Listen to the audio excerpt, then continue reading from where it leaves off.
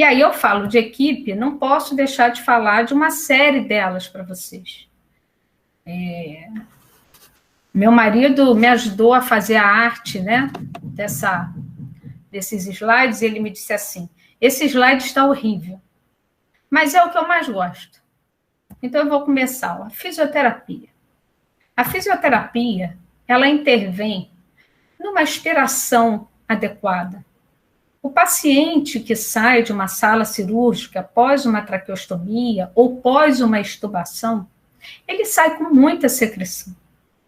E não basta só você enfiar o catéter lá dentro, puxando a secreção. Exige todo um processo, um cuidado, né, e uma indicação. E a fisioterapia precisa saber a hora ideal de aspirar e a hora ideal de parar de aspirar. E isso com técnicas, tá, gente? Não é erro e acerto.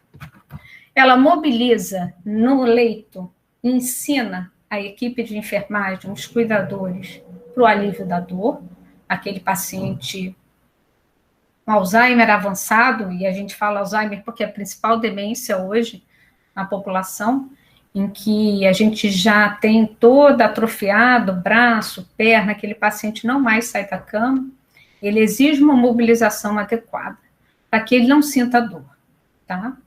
O suporte de oxigênio, né, a forma como você vai ofertar oxigênio, a fisioterapia ajuda muito nisso, e na intubação paliativa. A fonoaudióloga, ela auxilia na deglutição e no auxílio da fonação. Vocês não sabem o que é para um paciente com câncer tirar parte da língua. Esse paciente, ele precisa voltar a comer. Ele precisa voltar a ter o prazer de comer. E muitos deles têm isso como um desafio, como meta. E a fonoaudióloga ajuda muito. Assim como o auxílio para a fonação nos pacientes, principalmente que têm traqueostomia, ajudar a se comunicar. Porque esse paciente, gente, ele vai participar da decisão do tratamento dele até morrer. Isso tem que ficar claro. E no momento em que ele não mais puder dar a opinião própria dele, porque ele está numa condição de uma desorientação, ele já não tem mais uma cognição adequada, a gente vai receber essa informação através do seu cuidador principal. Mas até que ele perca essas funções, a decisão tem que ser dele. Ela tem que ser compartilhada. A psicologia, não preciso falar, assistência ao paciente, à família e para a equipe. Né? É tão amplo essa ação do psicólogo que, principalmente, não vou discutir paciente, família de forma alguma, ele vai trabalhar principalmente o luto, né, as perdas, mas assistência à equipe. Lidar com dor, sofrimento, é muito difícil. Esses pacientes ficam conosco muito tempo, nós criamos afetos, né? Então, para que a equipe possa manter-se naquela linha de pensamento, de estratégia, pensando nos princípios da maleficência e beneficência, na autonomia do paciente, a gente tem que estar com a mente boa. E, às vezes, o afeto nos compromete. Mas, com o auxílio da psicologia, a gente volta para a linha reta e vamos todos juntos com o mesmo objetivo. A terapia integrativa também, ela dá assistência ao paciente, à equipe, com técnicas de respiração, musicalização, técnicas de meditação, que auxiliam no controle dos sintomas, sabe? Auxiliam muito no controle da dor. O dentista, com a saúde da boca. O dentista é um especialista importantíssimo, porque uma série de medicamentos trazem malefícios aos dentes. A radioterapia, ela traz a mucosite, que é uma inflamação em toda a mucosa. A quimioterapia, infecções na boca são muito comuns, os pacientes têm uma queda, né, na sua defesa muito grande. Então, o dentista está sempre auxiliando. E quando a gente fala daquele grupo de demências, quando o paciente perde aquela funcionalidade da sua escovação própria dos dentes, é importante que o dentista esteja atento. Existe muita doença na boca causada por falta de higienização adequada e que não é por falta de interesse do cuidador, é por dificuldade mesmo. Então, o dentista nos auxilia também bastante. A nutrição, com suporte calórico, adequação do paladar, porque muitas medicações alteram o paladar do paciente, a própria radioterapia, a químio, né, algumas cirurgias de tumores de boca alteram muito o paladar. Controle de secreções, que tem pacientes que ficam muito secretivos e tem uma hipersalivação, então a nutrição auxilia com os alimentos adequados. E a adequação da consistência do alimento. Em que momento a gente pode fazer com que aquele paciente tenha prazer em se alimentar via oral, mas sem o risco, né, de broncoaspirar. Que ele mantenha querendo sentir aquele gostinho do hambúrguer, mas que não dá para ele mastigar. Então, a nutrição, ela entra, sim, nesse cuidado, para que possa manter o paciente com menos sofrimento em toda essa privação que a doença e o tratamento traz.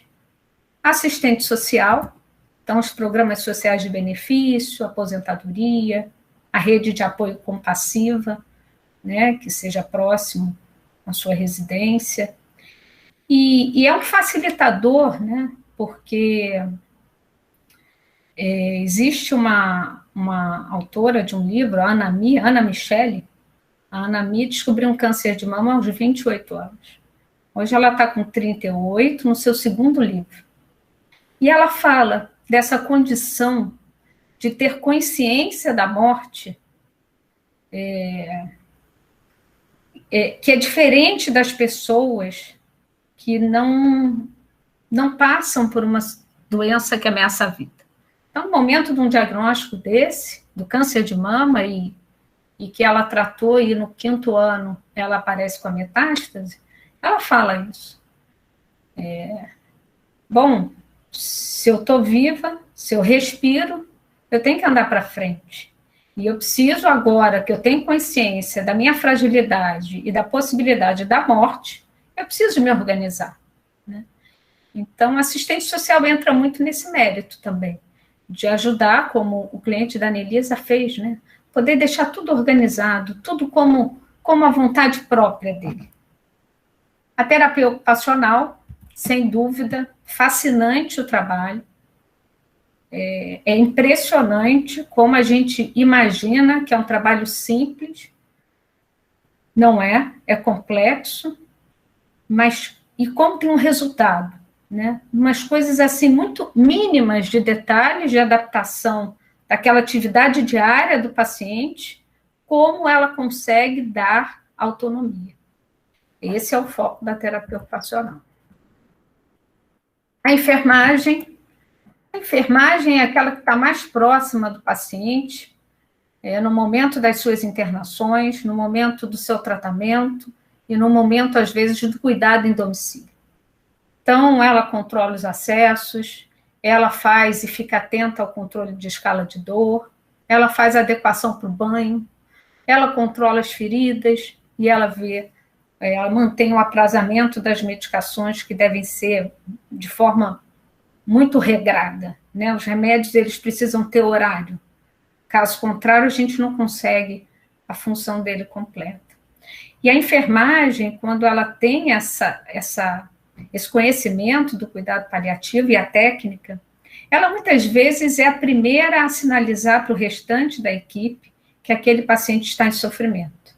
E às vezes não sofrimento físico, mas o psíquico, em pequenos detalhes que ela no dia a dia ela percebe.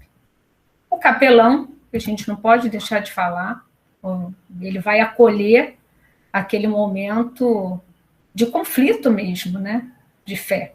Aqueles questionamentos, né? Pô, se Deus existe, eu sempre acreditei nele, por que agora eu estou sofrendo? Todas essas questões vêm nesse momento de doença. e de sofrimento. E o capelão, ele acolhe e dá conforto espiritual.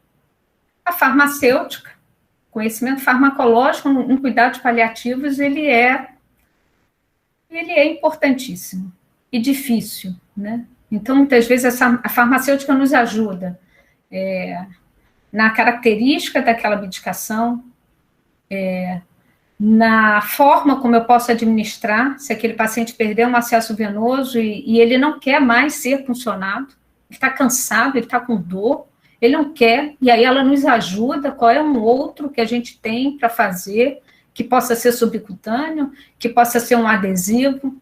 Então, a farmacêutica também é o nosso apoio. E o médico?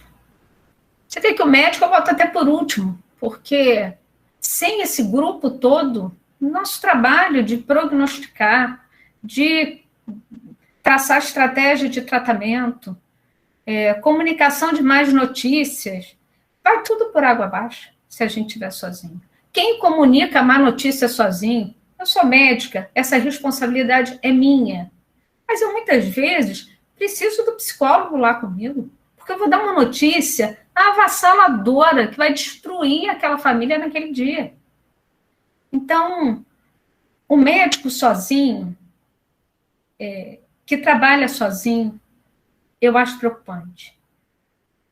Eu queria que tivesse muitos médicos nessa sala, para eles entenderem, né, a importância desse grupo, trabalhando com um único olhar, com o olhar do cuidado, com o olhar da autonomia do paciente e com o olhar da atenção à família.